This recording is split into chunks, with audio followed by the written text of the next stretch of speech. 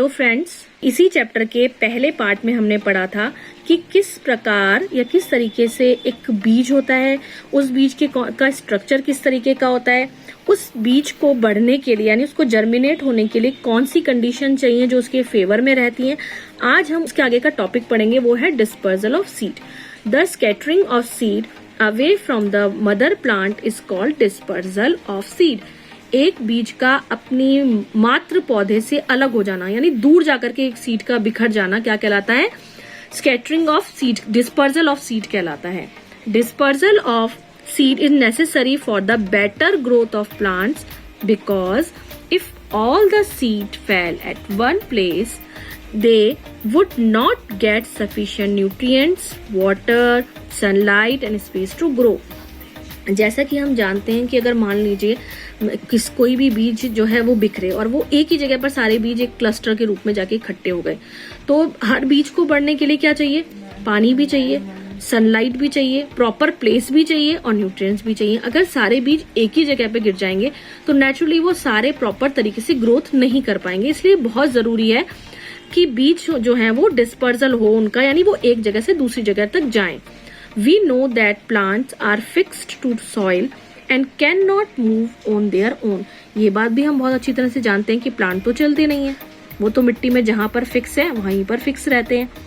Therefore, nature has provided some method by which the seed of plants scattered to large distance. लेकिन हमारी प्रकृति जो है वो सबके बारे में सोचती है, इसलिए उसने पेड़ पौधों के बारे में भी सोचा कि कहीं ऐसा ना हो कि ये सारे बीज एक ही जगह गिर जाएं और ये बढ़ भी ना पाए और इस तरीके से इनकी ग्रोथ ना हो और पेड़ पौधे ढंग से पृथ्वी पर फैलने भी ना पाए, उगने भी ना पाए। तो उन्होंने क्या तरीका निकाला? हमारी प्रकृति ने तरीका निकाला कि कोई भी सीड जो है ना वो प्लांट से दूर बिखर जाता है। ठीक है, अब उसके भी एजेंट है, ऐसा नहीं है कि बिखरने का मतलब ये है कि वो अपने आप इधर उधर चले जाते हैं, ऐसा नहीं है। उनके लिए कुछ एजेंट होते हैं जो उनको एक जगह से दूसरी जगह तक लेके जाते हैं। अब वो कौन है? Seeds are dispersed by wind, water, animal including human beings. ये जो बीज हैं ये एक जगह से दूसरी जगह तक ले जाने का काम इनको कौन करता है? हवा करती है, पानी करते हैं, जानवर करते हैं और हम ह्यूमन बींग्स भी करते हैं। These are called agent of dispersal। और हमें क्या है? एजेंट कहा जाता है जो कि बीजों को एक जगह से दूसरी जगह तक ले जाते हैं।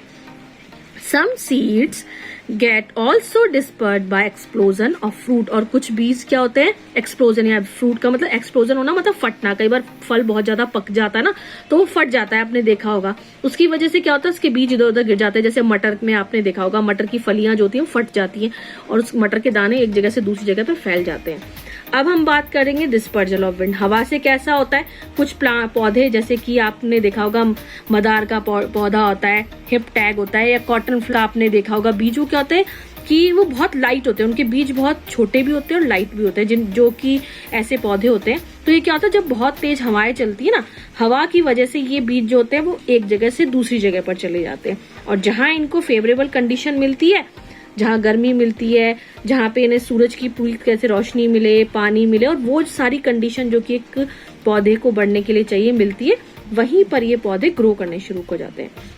इसी तरह से वाटर भी एक एजेंट है। आपने देखा होगा जैसे लोटस होता है, या आपने देखा होगा कभी हम कोस्टल एरियाज में जाते हैं तो हम वहाँ देखते हैं जितने भी किनारा होता है वहां पर आपको कोकोनट के ट्री दिखेंगे। तो कोकोनट कई बार क्या होता है, टूट करके जो होते हैं ना ऊपर डाल पे से टूट करके नीचे पानी में गिर जाते हैं और एक जगह से दूसरी जगह तक बहकर चले जाते हैं और इस प्रकार से क्या होता है? उनका डिस्पर्सल होता है। तो पानी भी एक एजेंट हो गया, हवा भी एक एजेंट हो गई। अब एनिमल किस तरीके से करते हैं? अब एनिमल्स को आपने देखा होगा कि जो मोस्टली एनिमल्स होते हैं, आपने देखा होगा जंगलों में घूमते रहते हैं, वो क्या करते हैं? पेड़ पौधों को खाते हैं, उनके फल भी खाते हैं और क्या करते हैं? कई बार आपने देखा होगा जब ये जो जानवर होते हैं जंगलों में से निकलते हैं या ज्यादा पेड़ पौधों वाली जगह से निकलते हैं तो उनकी बॉडी हर जगह टच होती है, जिसकी वजह से क्या होता है कि कुछ जो पौधे जिनमें कांटे होते हैं, जैसे कि आपने देखा होगा टाइगर नेल है ये देखिए जैसे आपको ज़ैंथियम सीड्स वगैरह ये दिख रहे हैं, ये मुडडॉग सीड दिख रहे हैं, ये छोटे छोटे कांटे वाले होते हैं। ये क्या करते हैं, क्या होते हैं, उन जो एनिमल्स होते हैं ना, उनके जो हेयर्स होते हैं ना, उनमें जाके चिपक जाते हैं।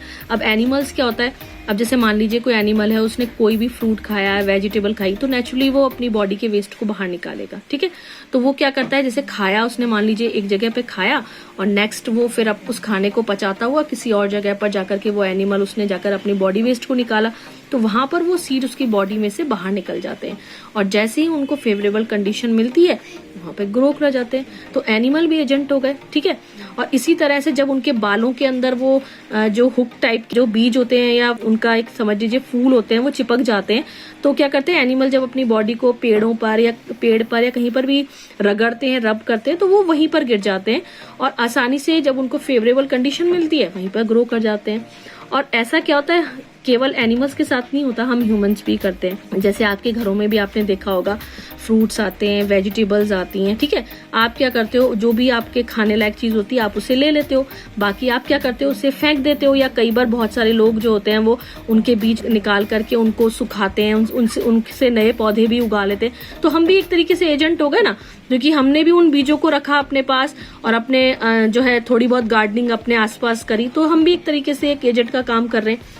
अब है डिस्पर्सल बाय एक्सप्लोजन। एक्सप्लोजन क्या होता है, कुछ फलियां होती हैं, जैसे देखिए आपको दिखाई दे रहा है इसमें बैलसम और मटर की, जैसे मैंने बताया, ये क्या होती है जब बहुत ज्यादा पक जाती हैं, सूख जाती हैं, तो ये क्या होता है, फटती हैं। अपने फटने की वजह से क्या होता है, इनके जो सीड्स होते हैं ना वो अपने आप एक जगह से दूसरी जगह पे फैल जाते हैं, जहां फिर सेम वही बात, जहां इन्हें कंडीशन अच्छी मिलती है वहां पर ये ग्रो करने लग जाते हैं।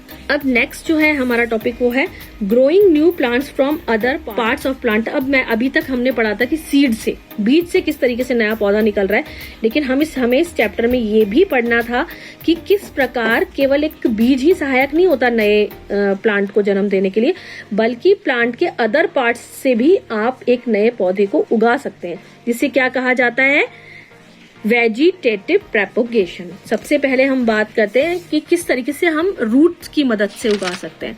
तो जैसे मान लीजिए आपने टर्निप देखा होगा, आपने कैरेट है देखा है, बीटरूट, रेडिश, स्वीट पोटैटो देखा है। इनसे हम किस तरीके से, देखिए आप ये एक एक्टिविटी के थ्रू बताया गया कि हम एक सबसे पहले हम क्या करते हैं, एक स्वीट पोटैटो लेते हैं जिसके अंदर रूट्स जो है, जिसकी हल्की फुल्की निकली हुई है, या बिना रूट का भी हम अगर इस तरह से ले, तो हमने उसे क्या करा, ग्लास में रखा, इस प्रकार 3/4 दिखाई दे रहा है। ठीक है ना, और उसमें कुछ टूथपिक से हमने उसे लगा दिया ताकि वो पूरा अंदर तक ना डूबे। ठीक है, ताकि उसे सूरज की गर्मी भी मिलती रहे, हवा भी मिलती रहे और पानी भी मिलता रहे। जैसे जैसे उसे कंडीशन मिलती रही, धीरे धीरे क्या हो गया, उसने देखिए किस तरीके से ग्रो करना शुरू कर दिया।